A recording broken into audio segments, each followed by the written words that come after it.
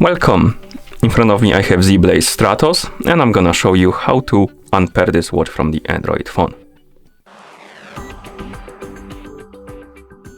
First we need to open the Zero-Owner application on the phone that is paired with our watch.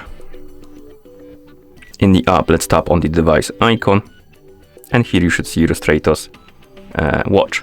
Now scroll down, find the unbind button and tap on it, then tap on yes, and the watch will disappear from the device page. Now we can close the app, open the settings on our phone, tap on connected devices or Bluetooth settings, and here check if you have a Stratos watch on the list. If it's here, you will be able to tap on the settings icon next to it, then you can tap on forget and forget to remove it. But as you can see on my phone it's not here, so we can close the settings, and at this point the watch is unpaired from our Android phone.